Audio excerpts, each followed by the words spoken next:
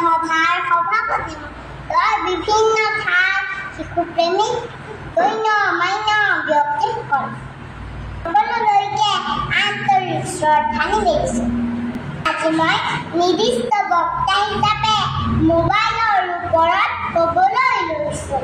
জনসংখ্যা গণে এক আঙুলিৰে টিপে দেশ বিদেশৰ মনৰ কথা কাণত বাজি উঠে। অৰ্থ হৈছে মোবাইল। আমি দূৰ অংকিত কৰিব পাৰোঁ। বিপদৰ সময়তো তৎক্ষণিকভাৱে সহায় জনাব পাৰোঁ। এই কোৰ্ট কাছাৰী বিভিন্ন কাৰ্যালয় বহুতো কাম কাজী কৰা হয়।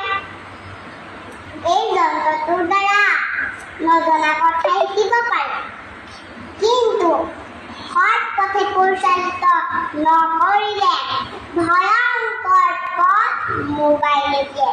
যেনে বেছিকৈ মোবাইল চালে চকুৰ ৰশ্মি কমে, মগজুৰ সঞ্চালনত বাধা দিয়ে ইত্যাদি। আমাৰ এই বৰুৱা খুৰীহঁতে ভাইটি ভণ্টিহঁতক হাতত মোবাইল দি কাম কৰে। অতি বেয়া কথা। সুসন্তান হিচাপে গঢ়িবলৈ এই পৰা ৰক্ষা কৰক। মোবাইলৰ সলনি ৰঙৰ টেমা পেলনীয়া কাগজ দিয়ক, যাতে ৰং সানিব পাৰে। এই আপদীয়া মোবাইল কথা পাহৰি যোৱাৰ চেষ্টা কৰক। বেছি দীঘলীয়া নকৰোঁ আৰু বহুজনে বক্তব্য, গতিকে পুনৰবাৰ সকলোলৈকে আন্তৰিক শ্ৰদ্ধা